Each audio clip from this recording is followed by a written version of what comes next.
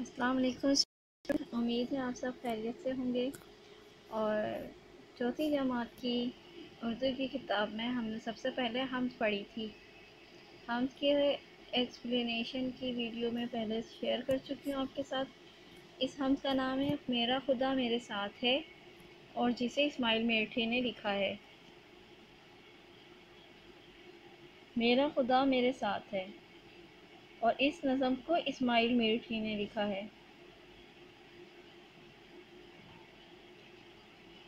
اب میں آپ کو اس کا ہوم ورک بتاؤں گی کہ کس طرح سے کرنا ہے۔ پہلے تو آپ سب سے پہلے پیج پہ مقاط اول لکھیں گے، دوسرے پیج پر فہرست مضامین لکھیں گے، اور تیسرے پیج پر آپ ٹائٹل پیج بنائیں گے۔ سبق نمبر 1، حمد میرا خدا میرے ساتھ ہے۔ اور اس پر آپ کو سب سے پہلے جو کام کرنا ہوگا، ٹائٹل پیج بنانے کے بعد حمد کے پہلے 2 بند اپنی کاپی میں خشک خط لکھیے۔ حمد کے پہلے 2 بند اپنی کاپی میں خشک خط لکھیے، پھر الفاظ معنی، اس کے بعد معروض سوالات، پھر سوال جواب کریں گے اور ہم آواز الفاظ لکھیں گے۔ ٹھیک ہے، اسی سیکوینس کے ساتھ آپ کو اپنی کاپی میں کام کرنا ہوگا۔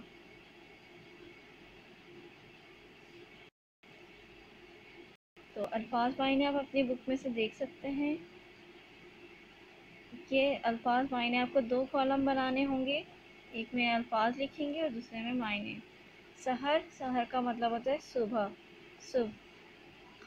خطر، خطرہ۔ بیابان، ویرانہ۔ کھنڈر، تباہ شدہ عمارت۔ انگارے، دیکھتا ہوا کوئلہ۔ شب، رات۔ اوسان، خطا ہونا، بدحواس یا ڈر جانا۔ قوی جگر ہونا، ہمت۔ خوف، ڈر۔ وہم، شک۔ یہ الفاظ اور یہ اس کے معنی۔ اس کے بعد معروضی سوالات، جو ویڈیو میں اس سے پہلے آپ کے ساتھ شیئر کر چکی ہوں۔ آپ اگر وہ پوری سنیں گے، غور سے سنیں گے، تو آپ آرام سے یہ جو معروضی سوالات ہیں یہ سالو کر لیں گے، حل کر لیں گے۔ درست جواب کے دائرے کو پینسل سے بھریے اور خالی جگہ میں لکھیے۔ جس نظم میں اللہ تعالیٰ کی تعریف کی جائے وہ ڈیش کہلاتی ہے، نعت، غزل، حمد یا مرثیہ۔ تو جو صحیح جواب ہوگا اس کے دائرے کو آپ فل کر دیں گے، خالی جگہ کو پینسل سے۔ ٹھیک ہے، اور وہ خالی جگہ یہاں پر بھی صحیح جواب آپ فل کر دیں گے۔ دوسرا ہے لفظ اجالے کی ضد ڈیش ہے۔ اجالے کا مطلب ہوتا ہے روشنی، تو روشنی کی کیا ضد ہوگی، روشنی کا الٹ کیا ہوگا، وہ آپ کو اس میں سے سلیکٹ کرنا ہے۔ روشنی، اندھیرا، صبح، خوف۔ اس میں سے منتخب کر کے آپ کو خالی جگہ میں فل کرنا ہے۔ اس حمد میں شاعر اپنا تیج بیان کر رہے ہیں، اپنا ڈر، بے خوف ہونا، دکھ یا ارادہ۔ اس میں سے جو صحیح جواب ہے وہ آپ خالی جگہ میں فل کر دیں گے۔ لفظ کھنڈر کا مطلب ڈیش ہے، بلند و بالا، شاندار، تباہ شدہ عمارت یا دل فریب۔